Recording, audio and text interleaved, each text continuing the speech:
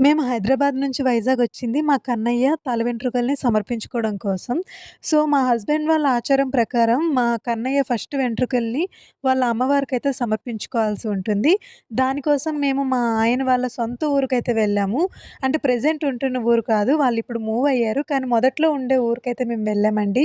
అక్కడ అమ్మవారికైతే మొదటి కూరలనైతే సమర్పించుకున్నామండి. అక్కడి నుంచి సింహాచలం అయితే వెళ్ళాము. ఆ సింహాచలంలో కళ్యాణ కట్టలో అయితే గుండు కొట్టించామండి.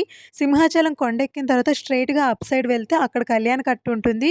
అక్కడైతే పర్ హెడ్ 50 రూపీస్‌కైతే మనం పే చేయాల్సి ఉంటుంది గుండు కొట్టించుకోవాలనుకుంటే.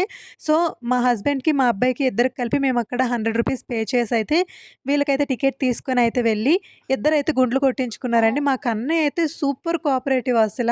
మా ఆయన్నయితే "అసలెవడురా నువ్విలా ఉన్నావేంటి" అన్నట్టుగా. అంటే మాట పోలుస్తున్నాడు తప్ప మనిషిని పోల్చలేకపోయాడు. ఎందుకంటే గుండులో ఉన్నాడు కనుక. భలే ఉన్నారండి ఇద్దరు మాత్రం గుండు, గుండు.